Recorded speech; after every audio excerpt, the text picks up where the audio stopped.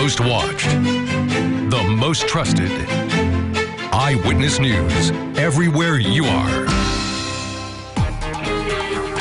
Time now for your forecast first on Eyewitness News, ABC 25. It is straight up 6 o'clock on this Friday morning. 79 degrees now, warming up pretty fast. Mid-80s at noon. High today right around 90 degrees. Going to be a hot one out there. I'll have the forecast for the last weekend of June coming up in a few minutes.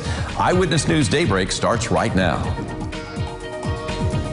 Good morning. Today on Daybreak, we begin with a number of stories after a family trip to Florida ends in the emergency room.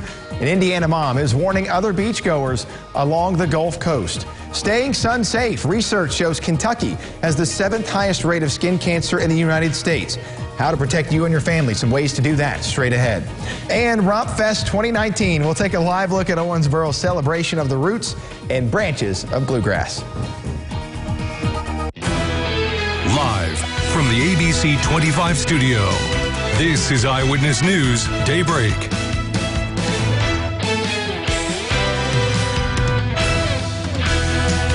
A family vacation to Florida Beach has left an Indiana 12-year-old hospitalized with a life-threatening infection. She contracted flesh-eating bacteria from warm Gulf of Mexico waters through a tiny scratch on her toe. Brett Cast leads us off this morning with this story. Michelle Brown and her 12-year-old daughter Kylie are thankful to be sitting on their Mooresville patio, thankful to be walking, thankful to be alive. And it's just so hard seeing friends and family and, on the beach having fun, because we were there doing the same thing, and I almost lost her. Earlier this month, the family was vacationing in Destin, Florida, when Kylie began feeling pain in her leg. When they got back to Indiana, the pain turned into swelling, then a fever, and Kylie was taken to the ER and was soon in surgery. The emergency surgery was to hopefully save her leg,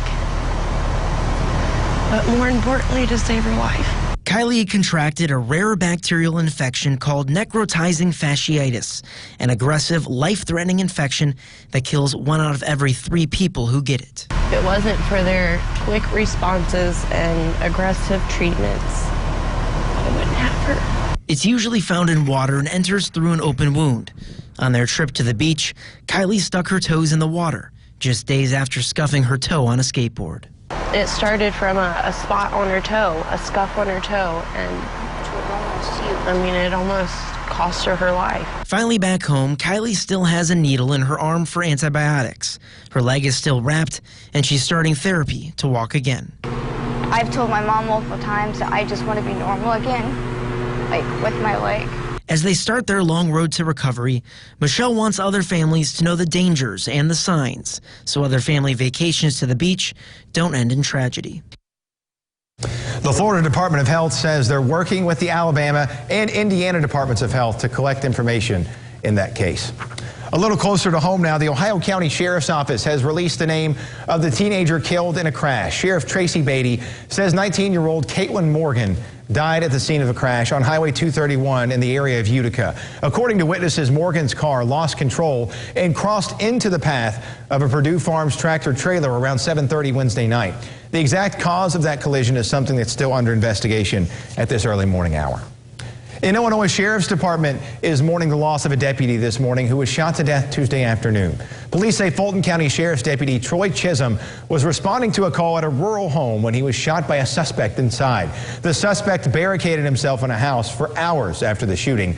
Wednesday afternoon, police identified that suspect as the man you see here, Nathan Woodring.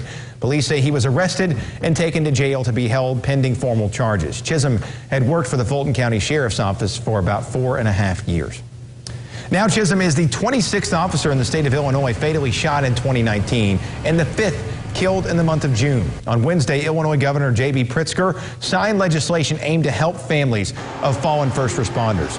House Bill 2028 doubles the death benefits for families of fallen law enforcement officers and firefighters. Previous law set in 1999 capped state reimbursements for burial costs at $10,000. This new law is raising that by quite a bit to $20,000, effective for deaths from June 30th, 2018 onward.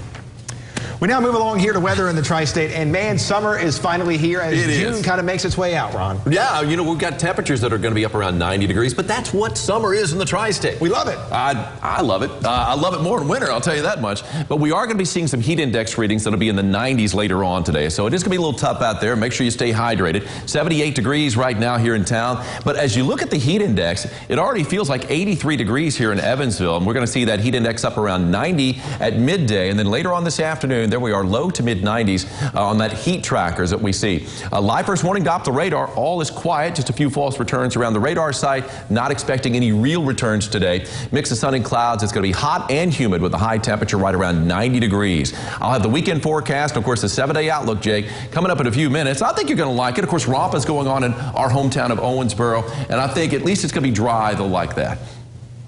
All right, thanks, Ron. And from what Megan tells me, we're done, correct?